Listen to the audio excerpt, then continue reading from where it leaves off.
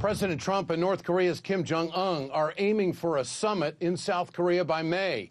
Despite the bombshell announcement, several politicians and leading members of the media are opposing the meeting. Following the announcement, 6 Republicans on the Senate Foreign Relations Committee and the Armed Services Committee urged caution in the meeting with Kim if it takes place. The senators expressed concern the administration would relax economic and military pressure on North Korea. For more on this, let's turn tonight to Philip Giraldi. He's a former CIA officer and counterterrorism specialist. Mr. Giraldi, nice to have you with us tonight. I think that the American people are well aware of the fact that what we have tried with North Korea over the last 30 years certainly hasn't worked. They have advanced. So here comes Donald Trump in a very unconventional way. Is it, in your opinion, a concession to meet with Kim at this point? Well, I don't think it's necessarily a concession on the part of the United States to meet with Kim. To a certain extent, it makes good sense in that the situation right now, which basically has come down to war or no war, is a no-go. It doesn't lead anywhere. I think Trump is in a sense breaking the ice on this. I don't understand what he thinks he will receive in terms of concessions from the North Koreans to get this process started, but perhaps he does have some kind of plan. Well, the mainstream media is having absolute fits over this, that there's not going to be enough pre-work going into a meeting when nothing else has a history of working. So what should the United States expect to gain? What should average citizens expect to gain from this, if anything? Well, obviously the objective is to at least freeze the North Korean nuclear and ballistic missile program. That would be an incredible success, I think, on the part of Donald Trump. The question is, what kind of concessions are going to go in the other direction?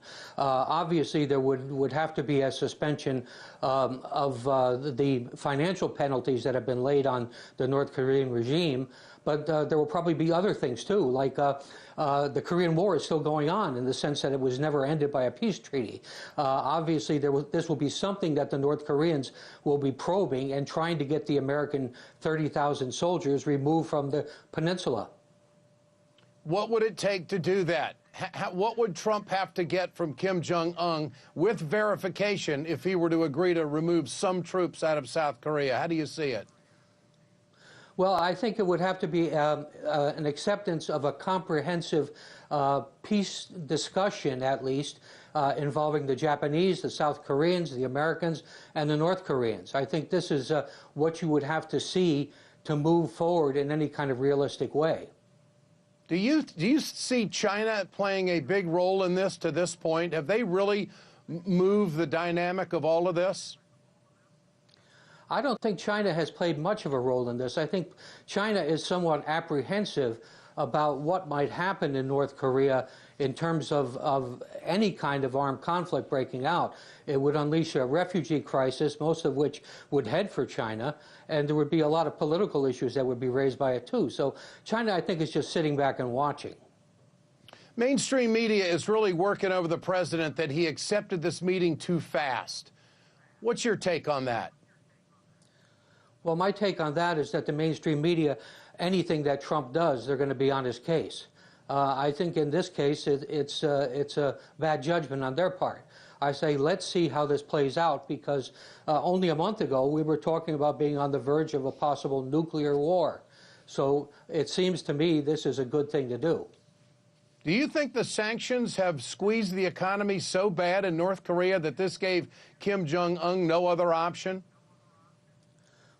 No, I don't think that's the major reason driving this. I think it's a question of North Korea, generally speaking, concerned over its national security in terms of the possibility of regime change brought about by the United States. All right. Philip Giraldi, great to have you with us tonight. Appreciate your time, sir.